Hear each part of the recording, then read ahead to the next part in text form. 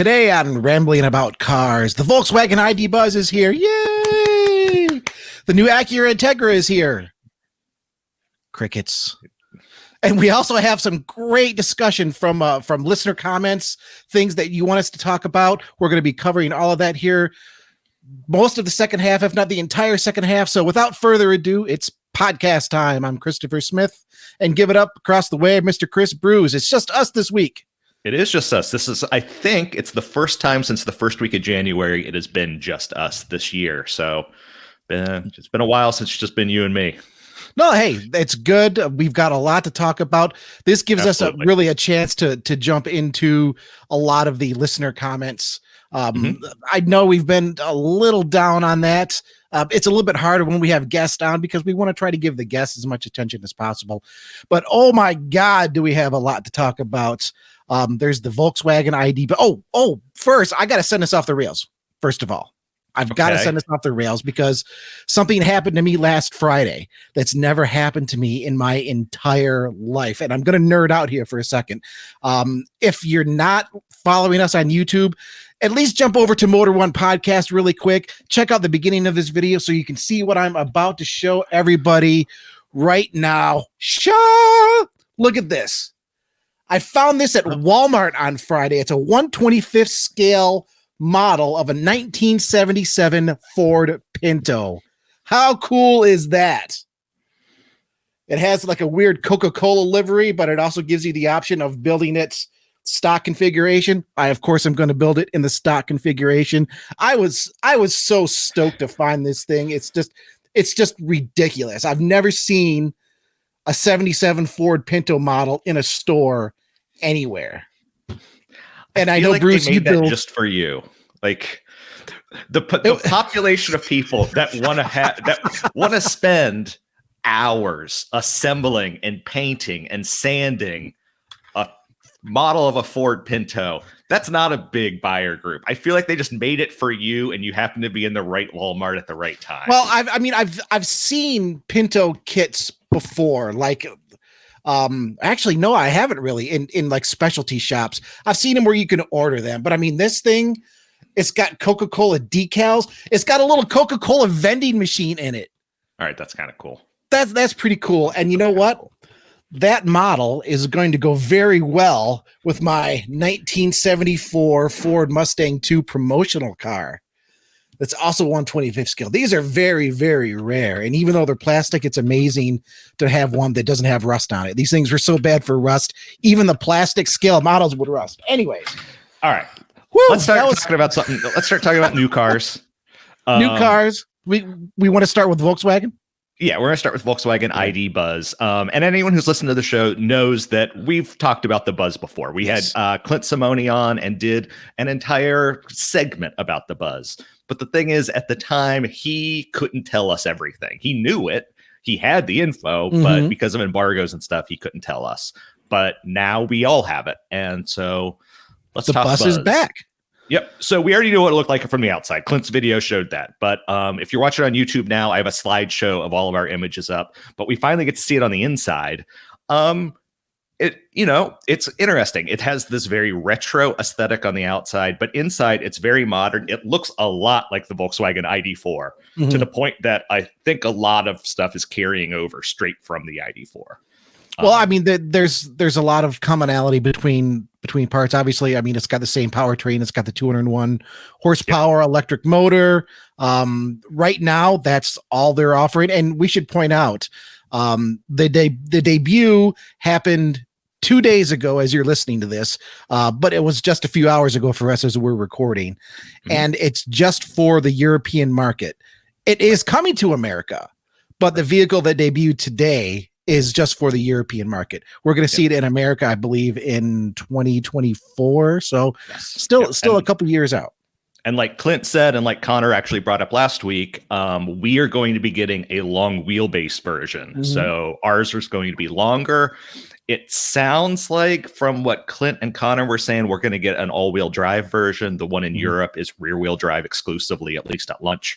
I bet they'll get an all-wheel drive version as well. Sure. But, that the exterior with the two-tone looks really handsome. It really accentuates the kind of the vintage retro lines to it. I think it's a good looking vehicle, but I think there's something we have to talk about. And this is something we've talked about in our Teams chat. And do you think this is going to be a vehicle that's successful? Do people want an electric minivan? It's a difficult question to answer because this isn't a typical van. It isn't a typical minivan. It isn't a typical full van. It is a Volkswagen bus. And when you put that into the ring, all bets are off. This has a clear retro vibe to it. I know the consensus among our Motor One family has been it's just not going to sell. I'm going to go against that grain a little bit because I think the retro factor matters here. I think, like you said, Bruce, outside the two-tone, I think it looks fantastic. The only thing that bugs me is the front face, the lower fascia just has that really awkward looking kind of mesh grill that just it's like doesn't faux mesh. Yeah, it doesn't mesh, pun intended, with the rest of the van. It's just it sticks out as like, okay, here's this pretty handsome, smart retro vehicle that ran over a net on the road, and nobody's bothered to stop and take it off. Well, we'll just leave it on there. That's just fair. Yeah. I hadn't thought of that until right now, but now that you mention it, it does kind of stick out that everything else about it is kind of this very smooth retro, very minimalist look. And then you look at the front fascia and yeah, it does just kind of look like there's a net up against the car. I mean, I'm assuming it's there for some sort of cooling purpose. I would almost certainly, yeah. I think they could have come up with something better. Because it looks awkward on an exterior that otherwise is just sharp. And I don't think it would be a deal breaker for me. Maybe it's something I'll get used to. I don't know. But I think it will sell. I don't necessarily think it's going to just move hundreds of thousands of units at the snap of a finger, but I think there's going to be a market for people who might be considering like maybe a new Chevy Equinox EV or the VW ID4. They're looking for an electric vehicle that's going to be suitable for families. Sure. And instead of going for one of those, they might go for the VW because I mean, it still has the Volkswagen equipment. It still has the Volkswagen reputation. This particular bus with 201 horsepower, it ain't slow. It ain't like the original one, right? It's like 0 to 60. No, the original didn't really do 60. Well, I think it would get to 60. Like downhill with a tailwind, you could probably push it to 60. But I mean, this one will certainly get there. And later on, when an all-wheel drive version pops up with even more power, I mean, it'll be kind of a sprightly vehicle.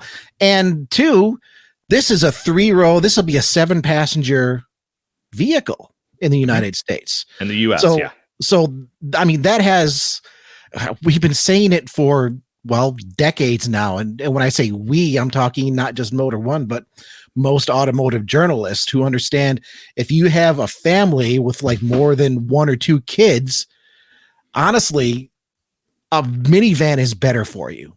It's going to give better access to the family inside and outside. They're going to go just about everywhere. You're going to take your SUV. Most family, they're not necessarily going to Moab to go rock crawling with their SUV.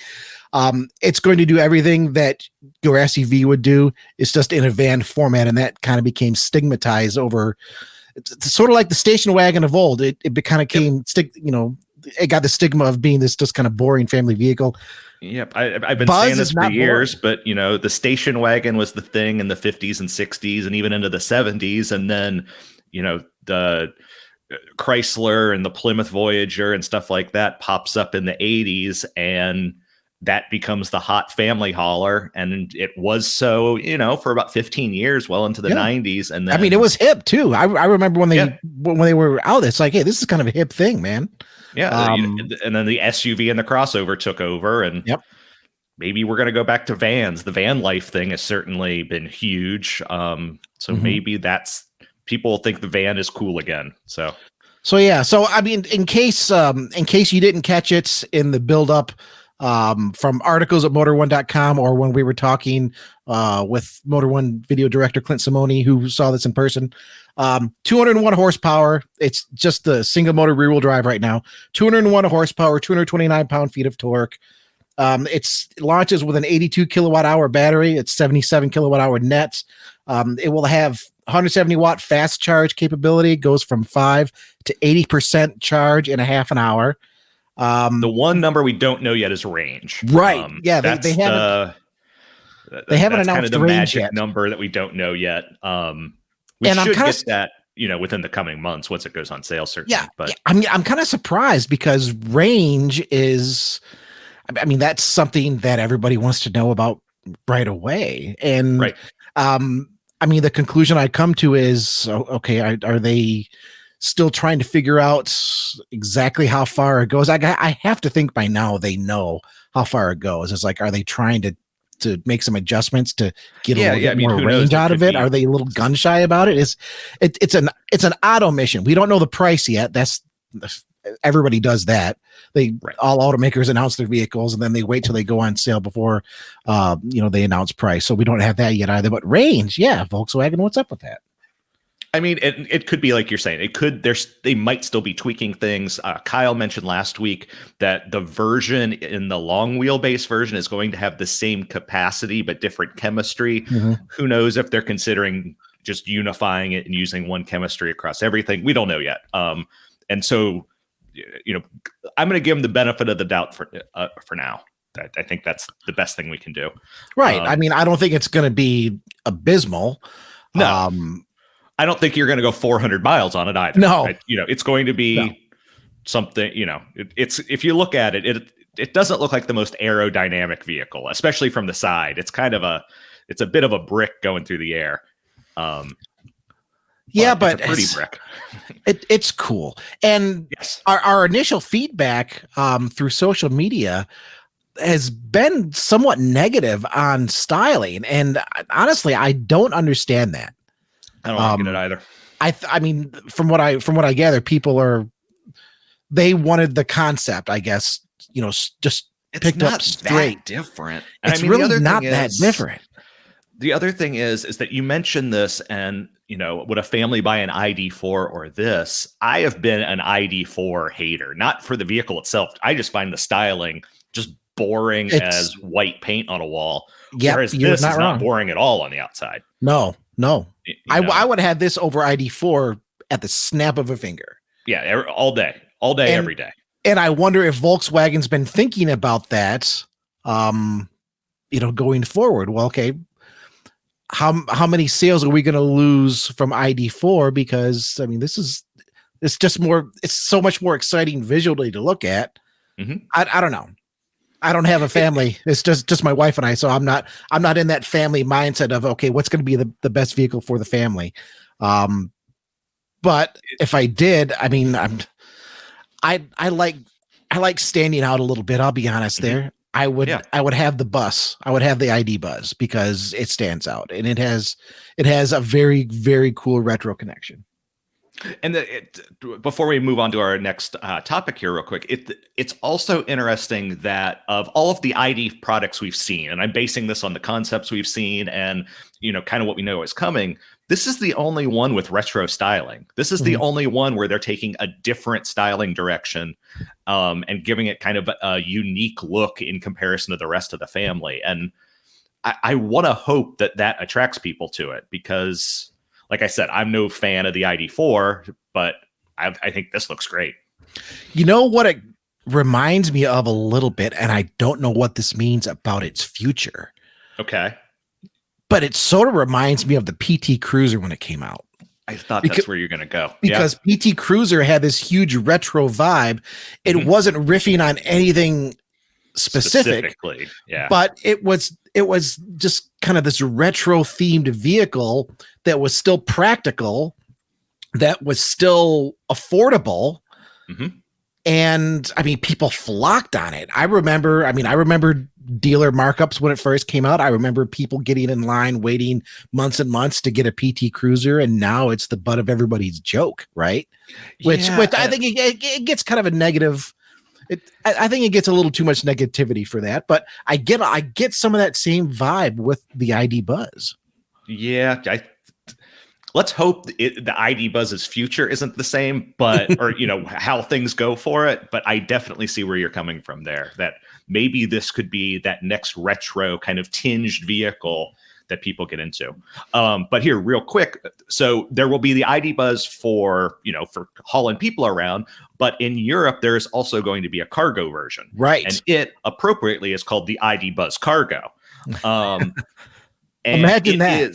Yep, it is essentially identical. The only difference is that it sits a little bit taller. So basically just a little bit more ride height, which makes sense for a commercial vehicle where you might have to go up on a curb or something like that. Mm-hmm.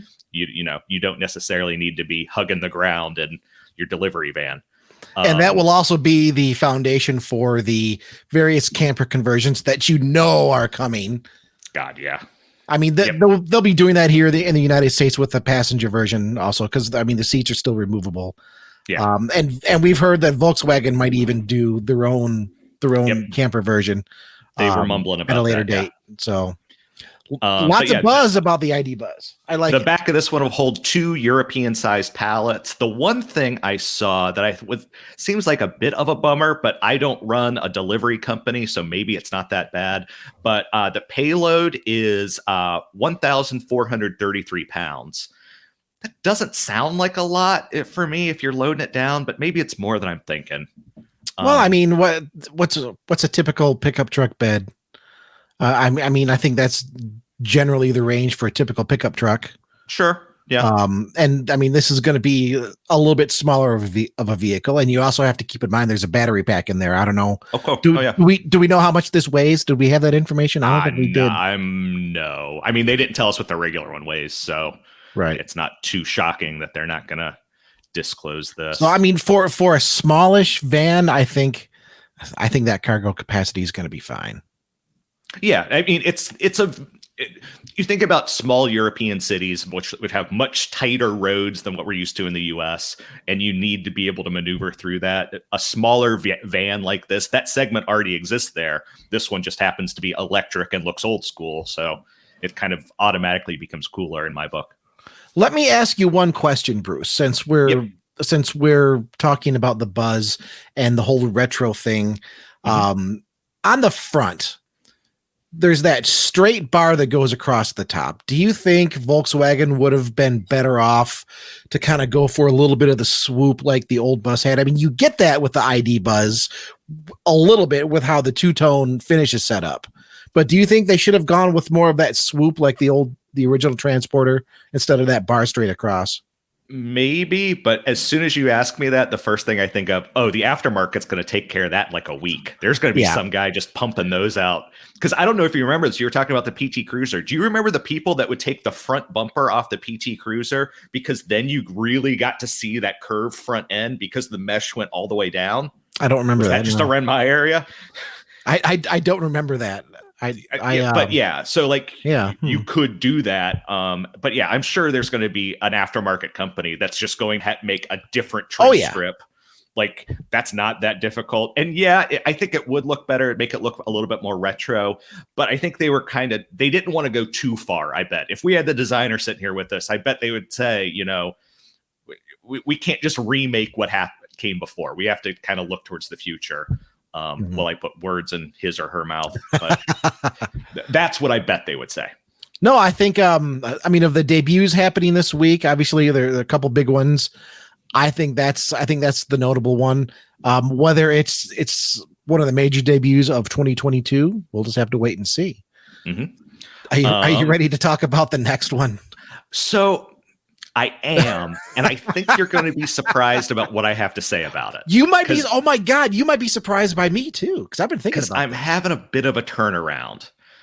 So, as you are hearing this, this vehicle has debuted. As Smith and I are talking about it, is still under embargo. If some facts change, we're sorry. sometimes things like that happen, but Mhm. we are using the information that we have right now, and that is about the new Acura Integra, the revived Acura Integra. It is official. It is here. It is not the prototype. It is not the near production model. This is it. The new Acura Civic. Yeah. But I mean, that was always the case in there. Yeah, we knew that was going to be the case. We knew that was going to be the case. And big surprise, the production version of the Acura Integra looks like the near production prototype. And I mean, Acura said that it was going to be very, very similar. Looking at it in a shade that's not yellow with Integra blasted on the side honestly makes it look better to me. I agree. That's immediately what I was going to say, is that I think it does look better in these pictures. We're also seeing it from more angles. Mm-hmm. Acura got kind of artsy in some of their shots. You folks will see if you're watching on YouTube, the slideshow. I had a real Fast and Furious moment here on a couple of these photos where it's just like, yeah, they're definitely going for the late 90s. Yeah, a little craze bit, that the the old Integra Type R and even the GSRs had through the 90s with some of their photos. Acura Integra. Of course, we know that it's really kind of sort of a Honda Civic.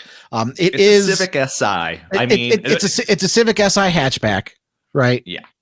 It's got the same power plant, 200 horsepower, turbocharged 4-cylinder.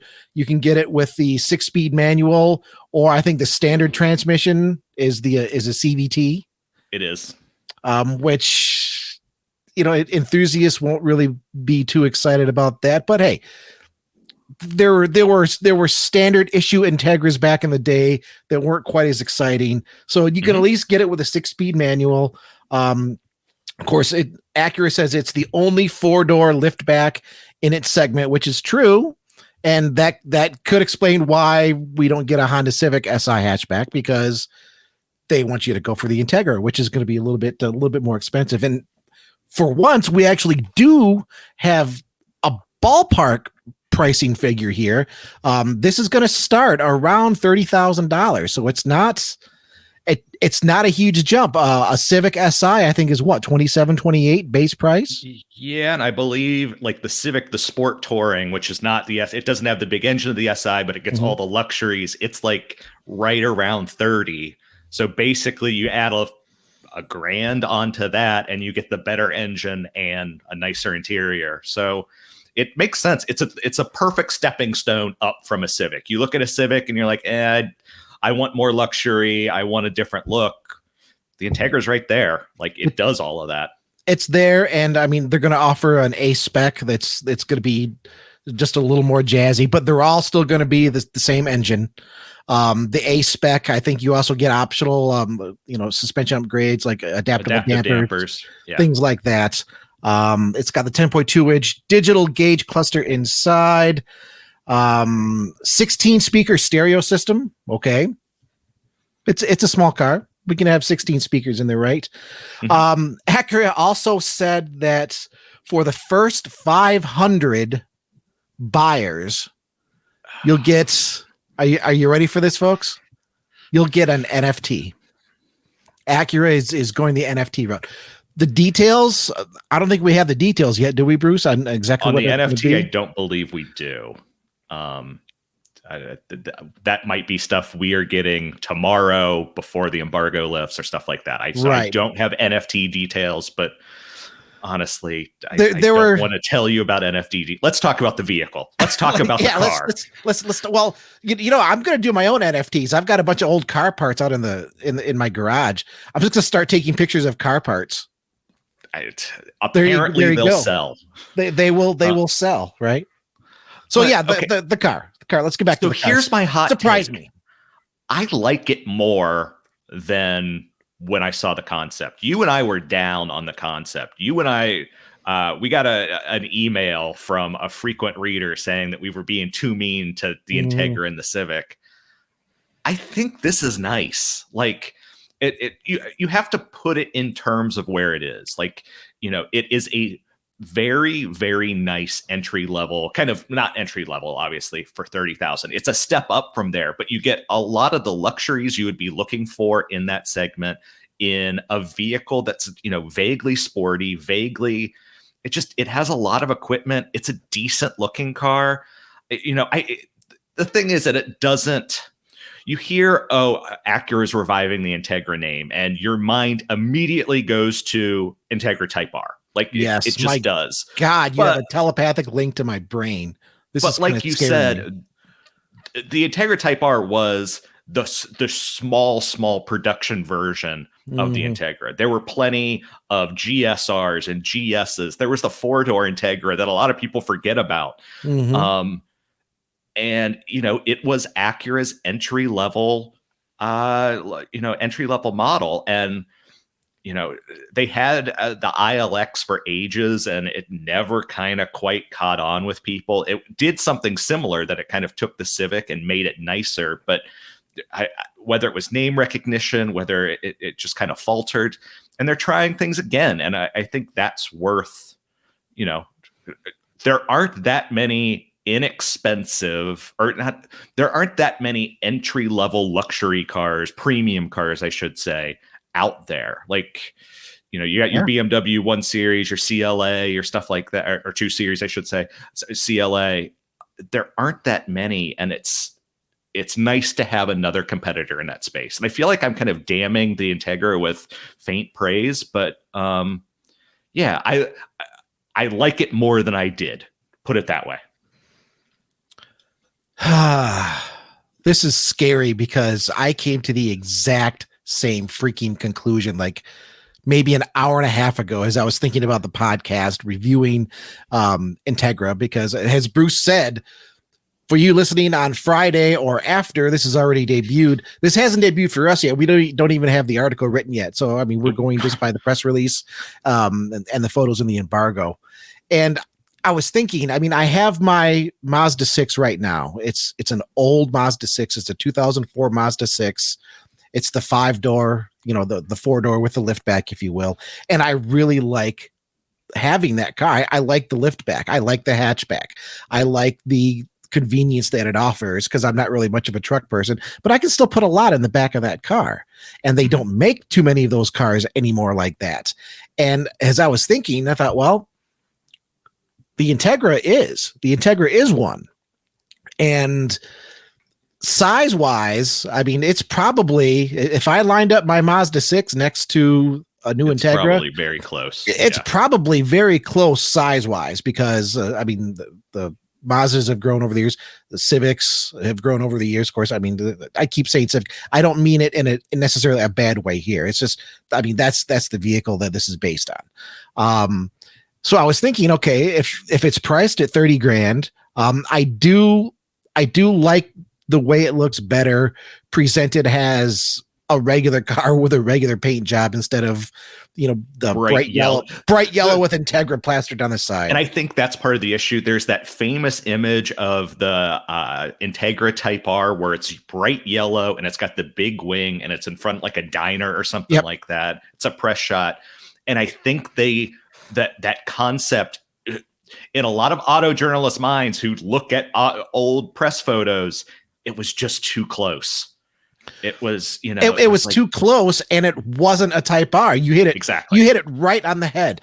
This is not an Acura Integra GSR. It's not an Acura Integra Type R. It's just an Acura Integra. You can get an A spec that spiffs it up a little bit, but this is just not basically a body kit, essentially. Right.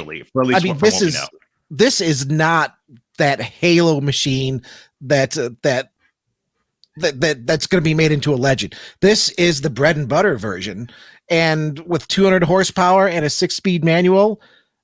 I mean, it's not going to be fast, but it's not going to be boring either. Right. It's going to offer that lift back capability at a relatively low price point. I'm sure once you start adding options, it's going to go up. But if you stick to just a base Acura Integra with a manual transmission, it's still pretty handsome inside. I mean, yes, there's certainly all kinds of similarity with the Civic, but I'm with you, Bruce. I like it better now as I thought about it more in a practical sense. And maybe that's the key. We've been thinking all of this time in terms of Halo Type R. This isn't a Halo Type R. This is a bread and butter Integra.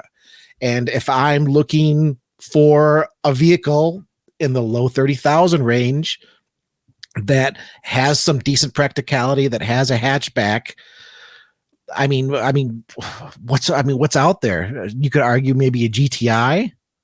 Yeah, GTI would be there. But I think I would rather have the Integra than the GTI.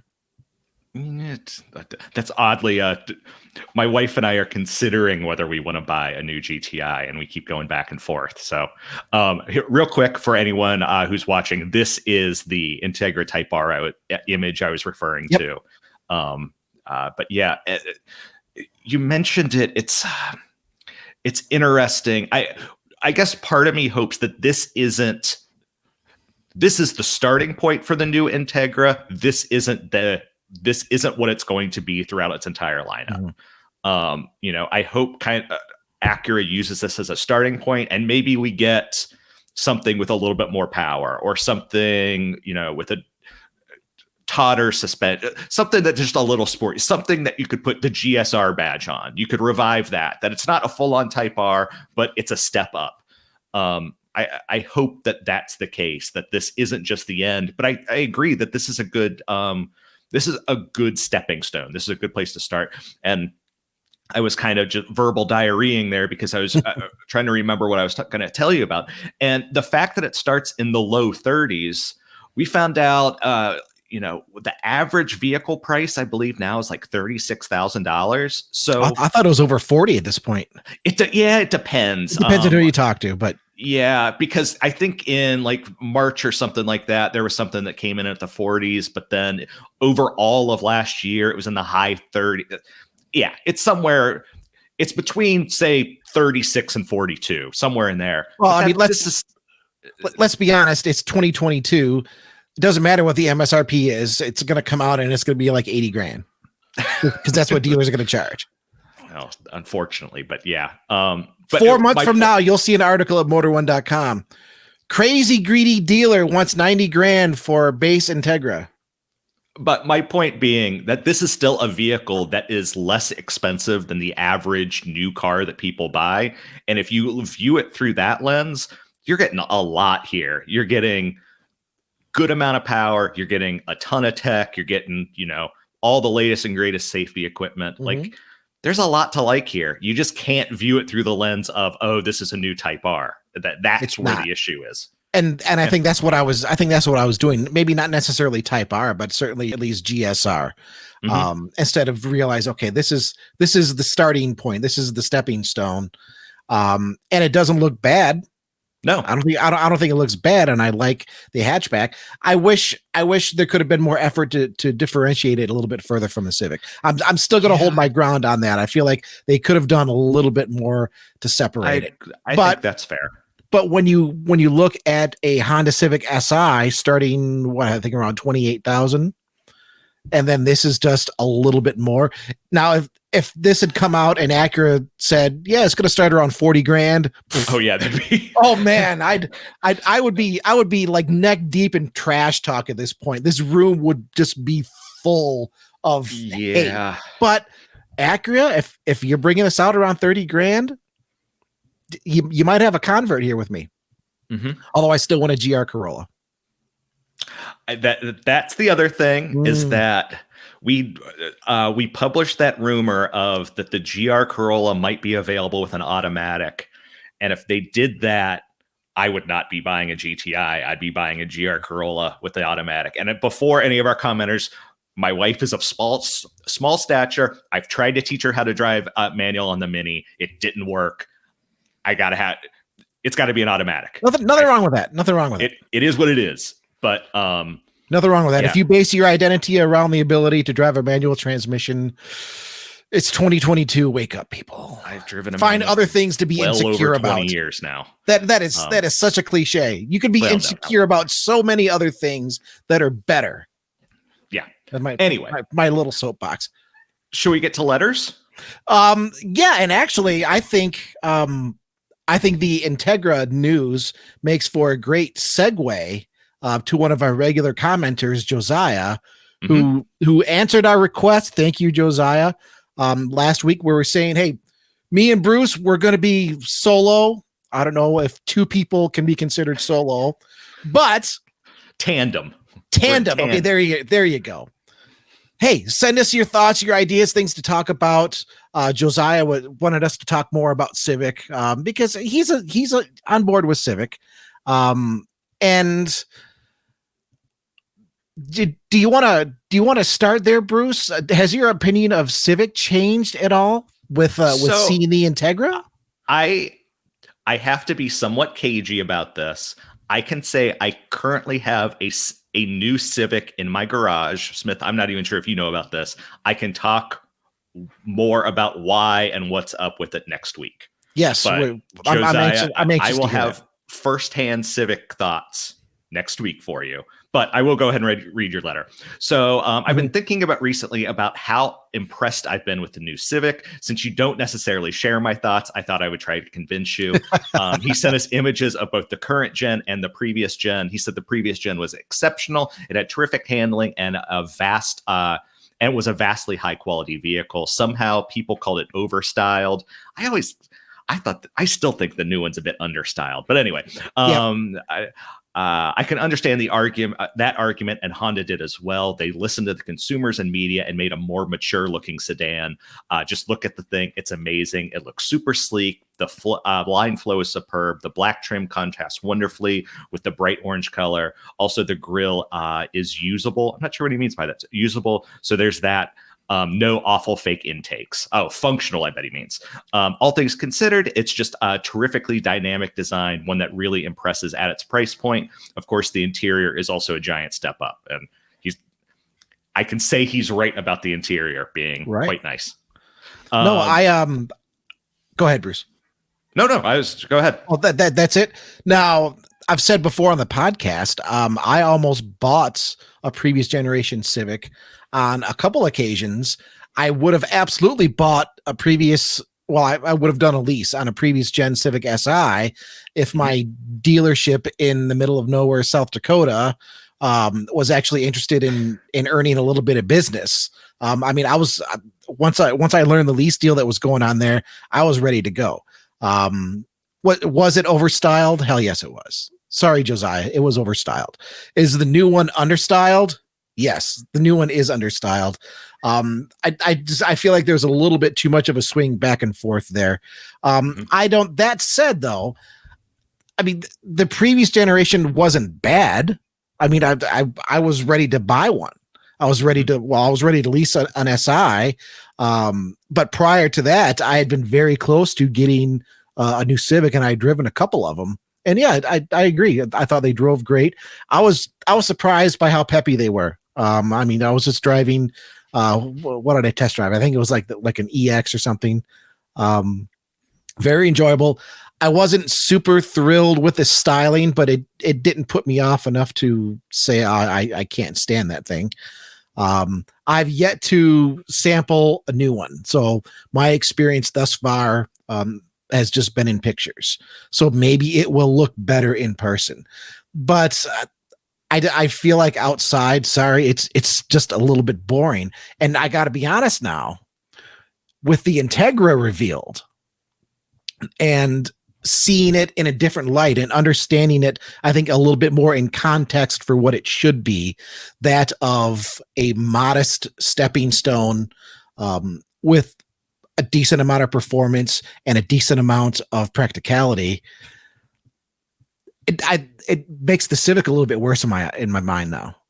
I don't think I would be considering a Civic at this point, because why go with a Civic when you can just step up a little bit for the Acura, right? Yeah, that's more the thing. It's not that the Civic's worse, it's just that the Acura, you look at it and you're like, well, for a few grand more, I could have this. And yeah, because by the time you get into an EX or something a little more up spec, you're going to be 29 grand. Yeah, you're in high 20s, and then so go with the Integra that will get you the 200 horse engine with a 6-speed manual with the hatchback, which I would prefer.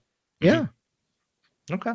Well, I really have to thank folks for stepping up this week. We asked for emails and you guys responded. We received 4 emails this week, which I love. The one we just read from Josiah.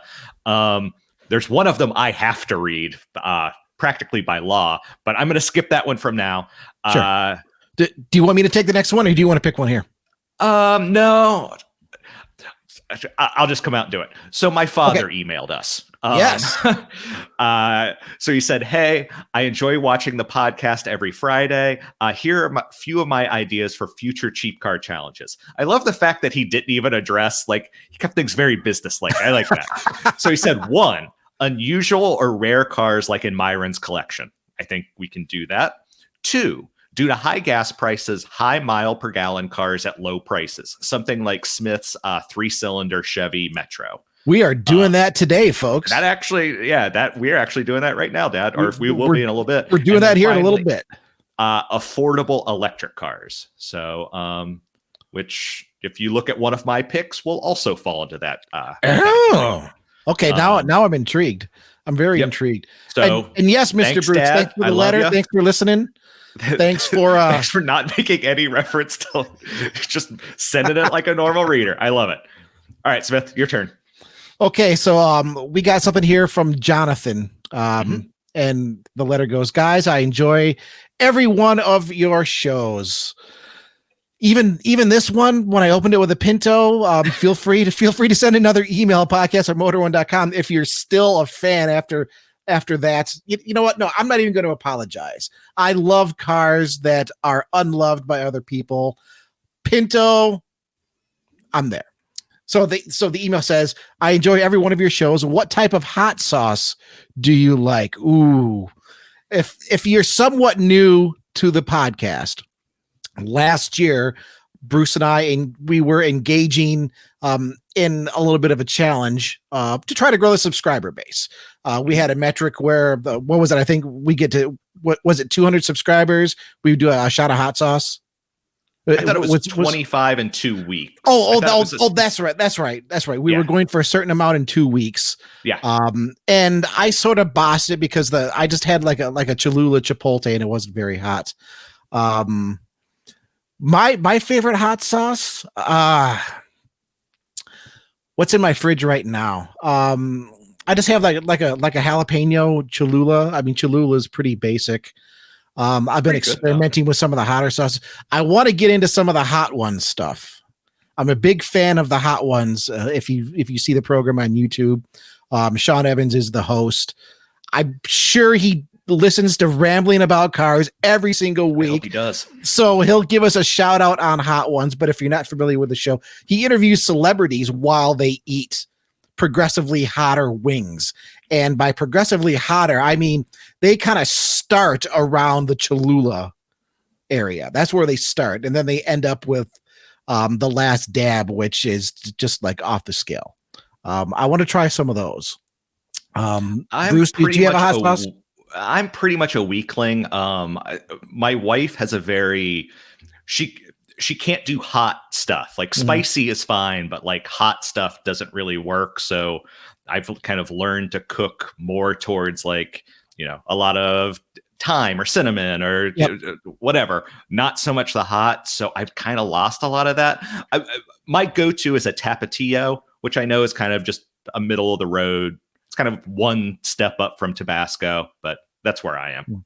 I did find, and I can't remember the brand of it. It's like a street taco sauce that has some lime and jalapeno, and I forget what else is in there.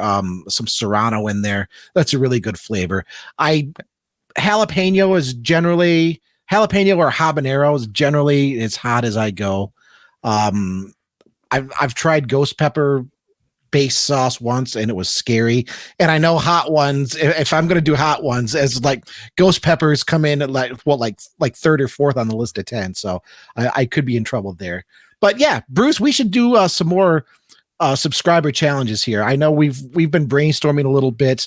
If you have ideas, listeners, we are slowly growing our base. We would like to grow faster, and we have no shame. So email podcast@motor1.com or comment in our article that goes up every Friday. Comment on our YouTube page, Motor One Podcast at YouTube. tell us what you would like to see for a subscriber challenge. We just might do it, right? Yep. I've got a little bit more of this. Finish Jonathan's question. Yeah, I've got a little bit more of the other message here. What type of hot sauce do you like? We covered that. Let's hear your insights of pluses and minuses of the ownership experience for the anticipated 670 horsepower flat plane crank double overhead cam LT6 powered C8 Z06 Corvette versus the tried and true 495 horsepower LT2 V8 long term. The message says, I daily my Corvettes and my girl drives an Audi e-tron EV. Cool ride, but cold weather mileage blows. We learned a little bit about EV mileage and cold weather last week. If you go to Motor One Podcast, you can check out that episode with special guest Kyle Connor. That was a really eye-opening thing for me. Not a deal breaker, but I think the Tesla heat pump is a better path. The mileage drop with cold weather, sub 25 degrees is over 20%. EVs rock. The silence is awesome. The George Jetson sound the automaker put in the Audi cracks me up. The EV zip to 60 miles per hour is impressive.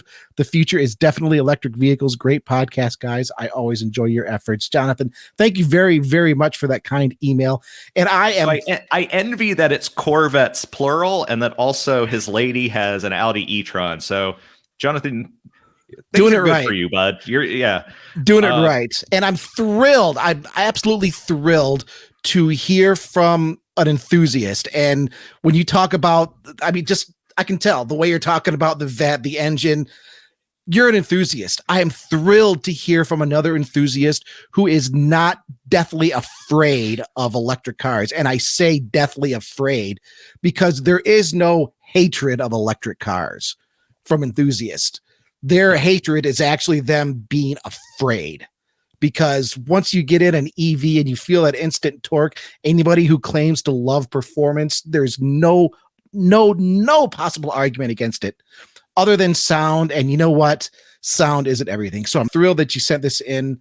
But I would say one of the things that's going to give the new Z06 an advantage is the sound. That flat plane crank is going to sound fantastic. Honestly, I think it's so. Here are the pluses and minuses. Minuses, it's going to cost a heck of a lot more, especially in the current environment where unless you find just a saint of a dealer, there's probably going to be a markup on it.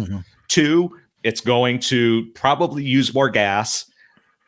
Insurance might be higher. Like it's minor. It's not minor stuff, but it's like financial stuff. Like, but if you're at that level, money, buy the Z06. Okay. I guess you could call this a problem. It's going to go so quickly and accelerate so quickly that you are going to be in go to jail, get a big ticket area in a blink of an eye. That, I guess, is a problem. It depends on, do you have a judicious right foot?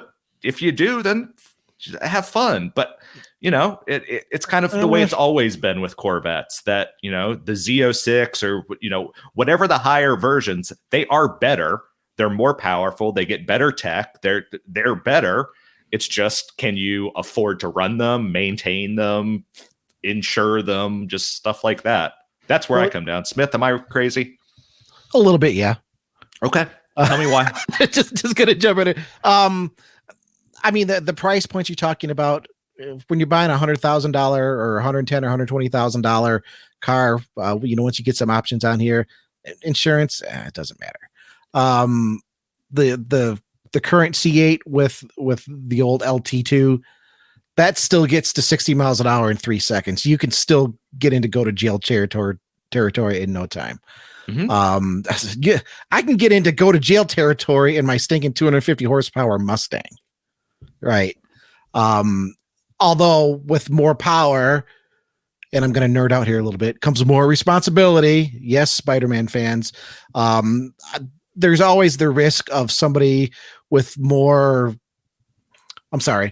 risk of somebody with less brains than money, getting behind the wheel and just thinking, oh, hey, this is cool. 670 horsepower. Watch this. And okay, now you're on YouTube hitting trees. I don't know if that's going to be such an issue with a Corvette. The thing with the C8, and here's my take. And if you remember from quite a few episodes ago, when the Z06 first came out, we had We had Gabriel Vega, I think. Yeah. Vega. Yeah, Gabe. I'm remembering that, right? He was at the Z06 debut. And he was talking about how the impression was sort of that the Z06 is the Corvette Chevrolet wanted to make from the beginning. They didn't even want to do an old pushrod V8. They wanted to take this mid-engine car into really the next century. But traditional Corvette owners, front engine pushrod V8, and that's going to have a certain type of feel to it. That's going to have a certain type of sound to it. So, I mean, that's where maybe the controversy is coming in, but it's only coming in because people are going to be a little resistant to change. The 495 horsepower LT2 V8, that's going to have the torque and the sound that sort of the old school people are going to want. The LT6, it still has, I mean, it still has plenty of torque. I think if I remember correctly, the torque level is about the same between those engines. It's just that the LT6 spins much higher, and obviously the horsepower range goes much higher. So I think that's the real issue there. Do you want to stick with the old school, just kind of thump you in the butt pushrod feel? Do you want to go with a high revving thing that's going to be more like an Italian supercar? And another thing to watch out for is that LT6 going to be as reliable as the old tried and true Chevy pushrods that have been around for decades and decades? I mean, the last time and the only other time there was a double overhead cam engine in the Corvette C4 ZR1. And if my C4 ZR1 knowledge is still with me, I think those were a fairly reliable engine, but it wasn't anywhere near the same departure from the norm that this LT6 is with its flat plane crank design. Yeah, that's my very, very long-winded take on CO6. Yeah, I feel like we're just grasping at straws to come up with reasons, though, because it comes down to, if you got the money, you can afford it. The Z06 is the one to get. Like, of course it is. There are reasons, I can make up reasons as to why you should buy the standard Corvette, but Well, here's the thing. And it's something that I couldn't make a judgment on until I drove both. Sure. Anytime you have a high revving, naturally aspirated engine, it's usually a little more high strung, a little bit tougher to just drive around casually. Now I know Chevrolet, they've engineered the LT6 to be more streetable. I actually did an article a few weeks ago that you can get at motor1.com that talks about it's basically like a dual stage intake design that moderates airflow into the engine. It creates two torque peaks, one at a lower RPM. The highest is a little bit higher in the rev range, but that gives the engine a little bit more low end grunt, so you don't have to wring the pee out of it to get it moving. The old LT2 with 495 horsepower, it's going to be just happy just bumping along at 1500, 2000 RPM. It's going to be a much more streetable car. If you're not so interested in having the absolute high end experience, the 8600 RPM red line, if you're not interested in going to the track and setting lap times occasionally, if you just want a Corvette to cruise around in, honestly, the standard C8 with the LT2 is probably going to be your choice. The Z06 is going to be a little bit more high strung. Yeah. So, that's some food for thought there. And 495 horsepower, that ain't slow by any means. Mm-hmm. Okay. Well, Smith, I got something on the fly here for you. Mm-hmm. So we have one more letter to read, and I'd like to read it because I would like to reward the people who send us emails after we ask them to. So what do you say we read this email and then go straight into our cheap car challenge? Do you have any debate with me there? We can just kind of introduce it and go from there? No, not at all. Done. Okay, let's do that then. So this email is from Rui Rika. This one is specifically for me. I'll read it and kind of respond as I go. I really like this episode. Kyle Connor is a great guest and a really passionate car guy. He is. Now, Mr. Bruce was unaware of the Cupra brand, so here's a little of what it is. And I just want to clarify. I knew what Cupra was because it's related to Seat. I was not familiar with the Cupra Born until that story. Mm-hmm. Just to clarify for you, Rui, or anyone else, and I can't remember exactly what I said during that episode. sometimes I talk fast and things come out, and maybe I said I didn't know Cupra. I meant the Cupra Born specifically. That was a vehicle I didn't know about. Anyway. Honestly, I don't remember that part of the discussion at all. I think I might have had a little too much to drink by then.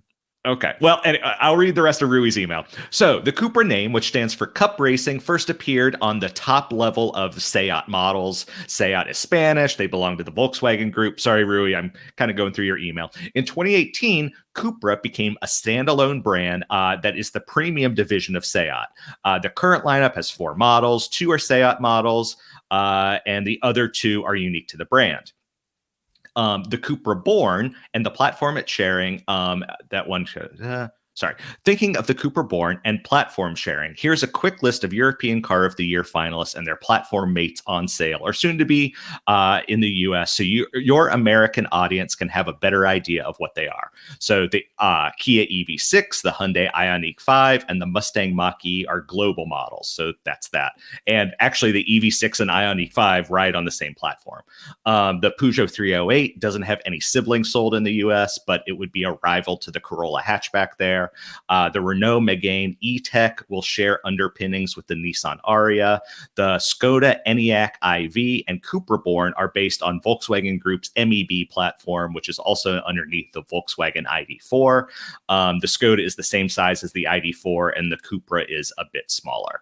So, you know what, Rui? I might have misspoken, but you educated us and you educated our audience, so I appreciate it, and I appreciate the email. And this is why our listeners are so amazing. Totally. You might be surprised to know this, but we don't actually know everything about cars. Yeah. Despite what some disgruntled commenters say, we're also not on the payroll of any automakers. That's always, nope. That's always, how much are they paying you? Actually, after Josiah's message, Josiah, how much is Honda paying you? That's what I want to know. Let me, before we jump over to the cheap car challenge, Bruce, I do just want to go over a comment really quick from YouTube from Ted, because Ted is. Oh, I missed that one. Okay, yeah, go for it. I mean, Ted's another loyal listener. We always appreciate the feedback. Totally. Great ramble this week. Love the EV talk. I wonder, with the increased reliability of used cars, increased aged fleet of used cars, increased new car price, the split focus of manufacturers between keeping internal combustion engines going but starting up EVs, are we going to face a situation where new cars are in less demand or availability for years to come? Are we facing a new car apocalypse? Will we see major manufacturers go away as they just can't make enough new cars that sell that they can stay in business with all these headwinds? What an interesting question. Hell yes. I need to take another drink before I answer that one. Hold on. Well, you take a drink. I'm just kind of, so Ted, I'm sorry, I missed your comment. So this is the first time I'm hearing it. That is super complicated. And you're right that my first response is, I don't think major automakers are going to go away, and here's why. I do think that, a lot of automakers still make a significant amount of their money, and also the dealers that are selling their vehicles from service. And that's not going away. That, people often take their vehicles to car dealers, especially when they're in warranty. My personal feeling is, if your vehicle is in warranty, go ahead and take it to the dealer. Afterwards, if there is a competent independent dealer or independent mechanic in your area that you like and you trust and things like that, that it's okay, and go ahead and transition to that person. But automakers make so much money off of parts and service and things like that, and I think that will keep them going. But I think you have a point, and it's something I think Smith and I have talked about, that there are some brands out there that just seem like there's going to be consolidation. The first one that comes to my mind is Mazda, that they're a brand that's large enough to produce vehicles, but they're still basically independent. And I wonder how long that can last. I wonder how long until a Toyota, a Honda, a Renault, a Renault Alliance, Mitsubishi, Nissan picks them up, because there's a lot of very talented people there. There's a lot of fantastic history there. I just wonder how long that can last. So do I wonder if some brands are going to go away? I don't know if the brands are going to go away or if you're just going to be corporate consolidation, but It's a really good question. And I'm kind of spinning this just off the top of my head. And if you gave me an hour to think about it, I could probably give you an even better answer. But fantastic question. That was a fantastic question. I think there is some truth to this here. Was it just a couple days ago? Stellantis CEO said, "Oh, I'm worried about the price of new cars." Mm-hmm. I thought it was hilariously ironic that such a thing came from a CEO of an automaker. It's like, well, you could lower the price a little bit if you're that worried about it. I'm just saying. We're looking at the industry right now through a very strange, like, walleye vision, right? Mm-hmm. We're in a period that we've never experienced before with supply chain issues. Now, unfortunately, with the war in Ukraine that are causing some other issues, with the pandemic that's been causing issues. The last few years have been very, very odd, but you know what? Automakers are still selling millions of new cars. So will the major players go away? No. I don't think that's going to happen anytime soon.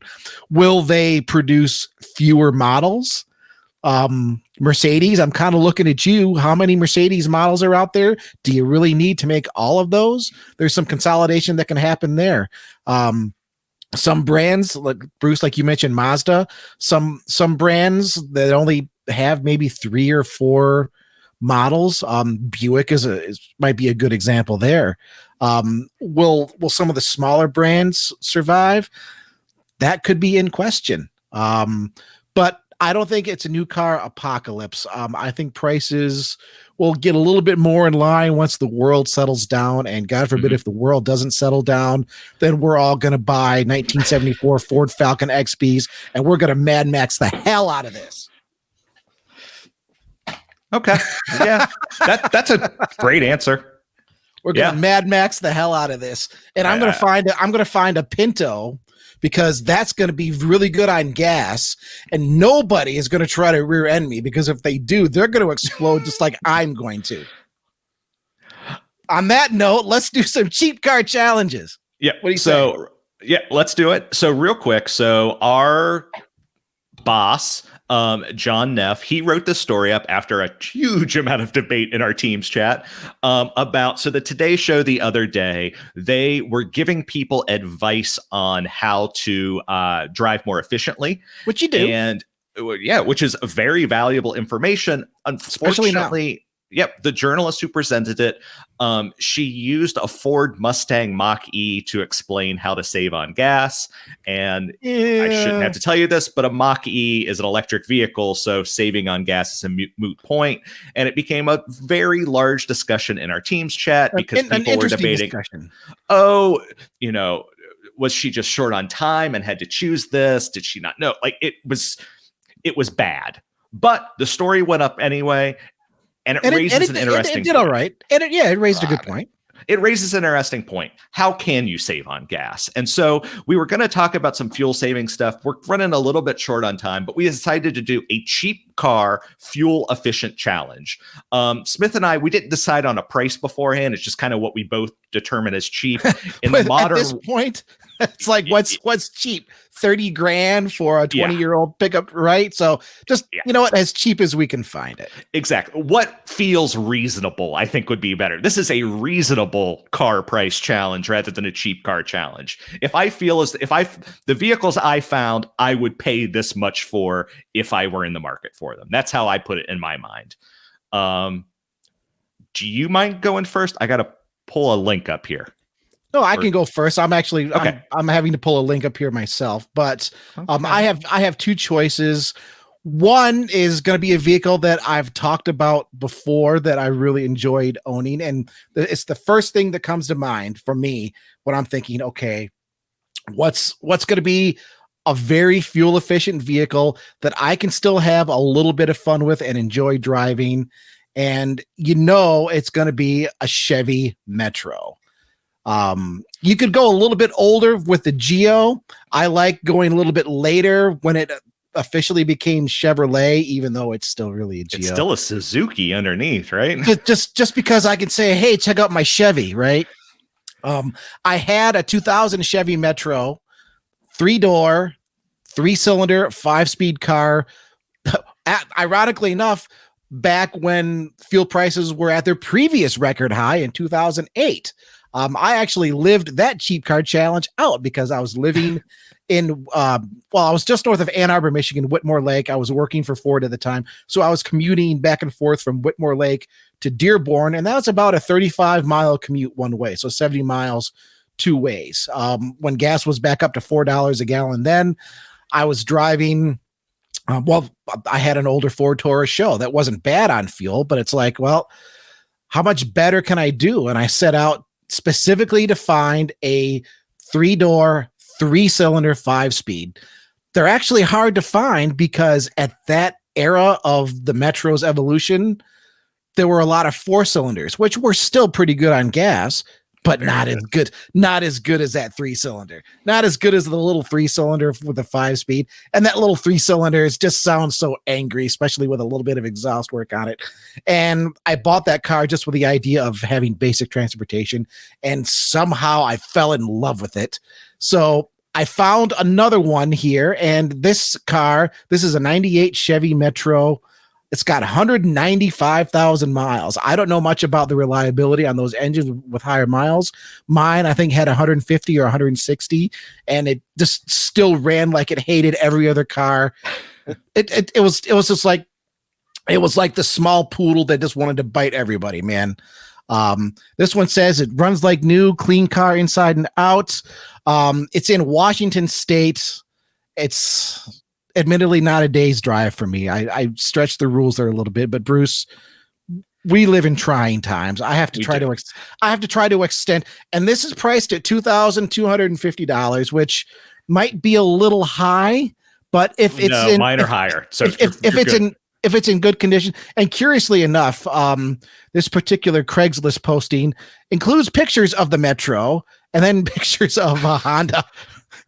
Hey, you can't be perfect all the time, right? So I pulled it up because one thing the government is good for is that they keep a record. The EPA keeps a record of fuel economy going back to I think in the 80s, actually. Mm-hmm. What do you think a 1998 Metro 3-cylinder manual, what do you think the EPA fuel economy rating for that was? The EPA rating, I think, was probably in the high 40s. No, not high 40s. Mid 40s? It was 40 combined, okay. 36 city, 44 highway. Okay. Yeah, that lines up about what I was doing. I think I was getting around 45, 46 miles to the gallon out of mine, but I was pretty much exclusively highway. And I tell you what, if you're anybody that's familiar with Michigan, the Detroit area, I-94 was just the bane of my existence. I would get on I-94, I would floor it. And I would keep it floored. And I do about 80, 85 with traffic. So that was getting 45, 46 miles to the gallon with that car wide freaking open. So if I wanted to hypermile it, which, hey, you know what? Just go a little bit easier on your acceleration, lower your speed a little bit. Do not tailgate anybody, for crying out loud. Do not tailgate. But if you can stay a safe distance behind a larger vehicle, it'll bust some of the wind for you. I could have easily hypermiled that to 50 miles per gallon, but as it was, I think I bought that car for $1,200. And it paid for itself in like 2 months of commuting. Cool. And I was so happy with that because gas was like $4.10 a gallon. And I remember getting passed at one point by some guy in an OG Hummer. and I'm just thinking, he's going to go home and eat ramen noodles. And I'm going home, picking up the wife and going to a nice swanky restaurant in downtown Ann Arbor for our anniversary. So go ahead and laugh at my Metro. I'm sorry, I can't hear you over my prime rib. So I selected a vehicle that I actually have a bit of a history with. My mother-in-law still has one of these. It's her car. And I looking at it, I think the gear is the same, although this is a higher trim level. She got one of the lower ones. This is the top of the line.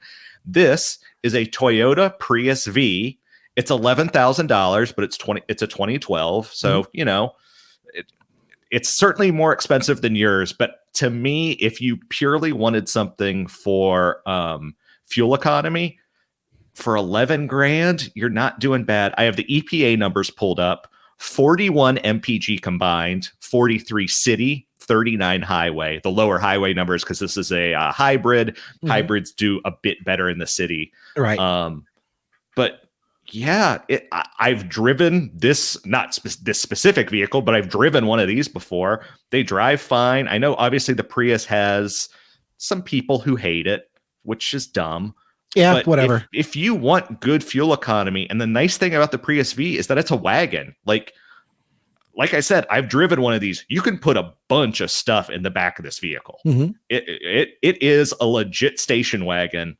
Hell, my mother-in-law replaced her Dodge Caravan with this. Not that you can put as much in this as you could a Caravan, but it's still, for her purposes, it does everything that the Caravan did. So, it's more expensive than yours. It's not going to be super fun to drive, but it's very, very practical. Like say if you were a family with one kid or maybe two kids and you had to haul them and their stuff, this is going to do a lot better than any crossover out there, or, any new crossover for 10 grand. I'm not sure you're going to do a lot better than this. Yeah. I mean, I don't know that I'm a fan of the Prius. I'm not a hater by any means. I mean, I've driven them. It can be kind of fun to get into that kind of mileage challenge. Let's see how fun, but let's see how far. Let's see how far I can get on the tank. Let's see how far I can idle along before the gas engine kicks in. This is obviously before plug-in hybrids were really a thing. Mm-hmm. The people that like vehemently hate the Prius, I mean, that's right up there with the same people that are like, oh, an electric car is a soulless thing that I'll never drive. It's just like, get over yourself. Look, it's not a bad car. This is a fun vehicle to drive. It's a great car. But if fuel economy is your goal and you still need to have some room for stuff, I can't think of much better than this. I'm kind of screwed for our next pick then. Yeah, I mean, the Prius.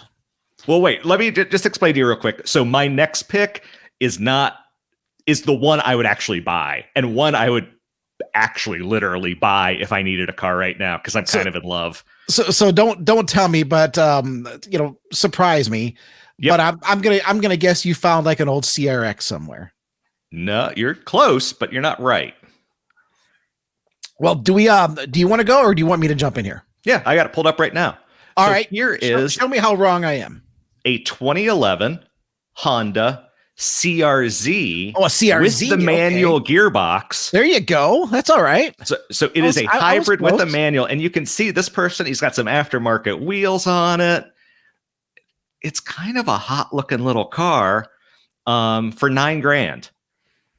Now, what did those get mileage wise? Do you recall?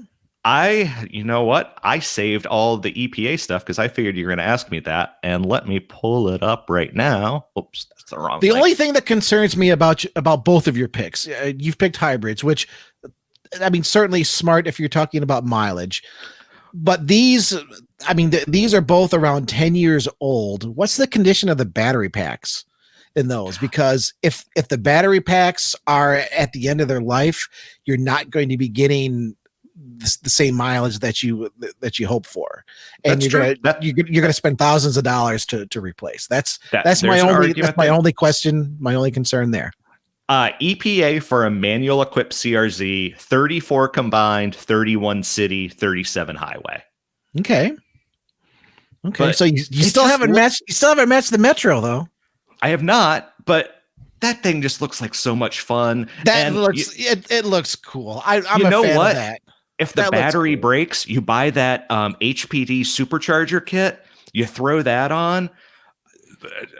I know me and former guest Jeff Perez have nerded out about how cool the Honda CRZ with the Supercharger is. That, it was Honda Performance Development is Honda's own aftermarket division. So it's not from the factory, but it is from Honda, so that you can get a supercharged version. Yeah. I would legit, if I needed, maximum fuel economy, I think this is a pretty good little car. And It looks cool, and it has a manual. It's sporty. It's sporty to drive. I mean, that's a legit option. I mean, it's not a pickup truck. You're not going to be filling and up sub 10 grand. Anything. Like, you know. Yeah. Okay. What's your other one? Oh dear. Are you folks ready for this one? Can you be economy minded with a V8 sports car? Ask yourself that question. So you found a base like C4 Corvette? If you find the right sports car. And I found a 1994 C3 Corvette, a C4 Corvette. C4, yeah. Sorry. The key here, though, you have to go with the 6-speed manual. Don't go with the automatic.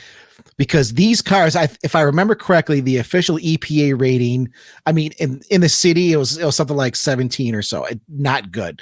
And if you flog this around town, you know, ripping through the gears, yeah, you're gonna get dog crap for mileage. That's not the point. The point is, if you still want something fun that looks cool, that has some guts, in 1994, that'll have the LT1 with 300 horsepower, so it's not going to be slow. You'll be able to roast the tires at will if you want. But with the 6-speed manual, the official EPA rating was I think 24 or 25 highway. But so I'm literally looking at the EPA ratings now, and I'm not sure why, but they list two numbers. It's either 24 highway or 23 highway. They have two listings for V8 manual 6-speed. One will be the LT1, and the other will be the LT5 and the ZR1. Okay, that would explain it. And both cars were known. The 6th gear in those was just like a ridiculous overdrive. Yeah. So you can go along the highway 65, 70 miles an hour, toss it up into 6th gear. And I've talked to a bunch of people that were going well over 30 miles per gallon in their 5.7 liter V8 Corvette. So that would be my choice. That's a fun choice. That beats the CRZ for sure. And I mean, I was shocked. I've got to know what's wrong because it's selling for $5,000. Once again, this is over on the West Coast. This is in Oregon, so not really a day's drive for me. But at $5,000, it's a Craigslist ad. It says, "Have C4s appreciated that much?" I thought sub 10. I thought was still pretty normal. A nicer one. Well, this does have 220,000 miles on it, so I guess that's coming into play there. But it's the LT1 350 6-speed manual. It says very well taken care of, great condition, runs great. I mean, it looks all right here on the outside. The inside, it looks okay. It looks like there's maybe something missing down here on the door. The side sill there, I'm not quite sure about that. But I mean, it's a V8 Corvette with 300 horsepower for $5,000. If you're gentle on it around town, you'll still be able to do decent on fuel mileage. That's one of the advantages of the manual in this case. Just plop it up into a really tall gear, let the low end torque kind of pull you around. And if you happen to be commuting any distance, throw it in 6th gear on the highway, lumber along at 70 miles an hour, turning like 13 or 1400, but basically just over idle. 30 miles per gallon. I've talked to several people that have done it. That's my oddball pick. So yeah, $5,000. Cool. Well, let's finish this out real quick. Here is my cheater choice, and it is an EV. And I have to wonder, like you were saying about batteries, it is a 2012 Nissan Leaf for $7,000. And if you're curious what a 2012 Leaf originally from the EPA was rated at a 73-mile range. So you're not going far. But no. I guess if you just needed to commute to the grocery store and back or something like that. Yeah, if you're running around town. You could do it. It is possible. And again, like you said about batteries, who knows? Like it would be kind of a roll of the dice. But they are out there and they do exist. So my cheater choice was just more Corvettes. Okay. The gray hair is coming in. I suddenly found myself attracted to Corvettes, especially the C4s. Folks, what do you think on cheap cars with decent fuel mileage and maybe a little bit of fun factor? We'll revisit this. Send us your choices, podcast@motor1.com. always, always, always like, follow, subscribe, smash buttons, comment, leave reviews. Everywhere you find us, we're on all kinds of audio platforms, Spotify, Google, Apple. You can always get us at our YouTube channel, Motor One Podcasts. Send us your thoughts on some subscriber challenges. We're going to be dipping more into that. We want to grow the fan base even more. Mm-hmm. And what do you say, Bruce? Yeah. Good afternoon, good evening, or good night. We appreciate you wherever you're listening, wherever you're commenting, and we love all of you. Real quick. So, podcast update right at this moment, it doesn't look like we're going to have a guest for March. That might change. I've tentatively got 2, possibly 3 guests for April, though. So yep, we're working on deal with guests. Smith and I for the rest of the month, and then you get to see some fresh faces. All of them have never been on the show in April, although one of them might end up being in late March. So we'll have to see. Lots happening. We appreciate everything that you are doing as listeners. We are growing slowly, but steadily and surely, and we love you. Yep. All right. Bye-bye, everybody. Bye. We'll see you.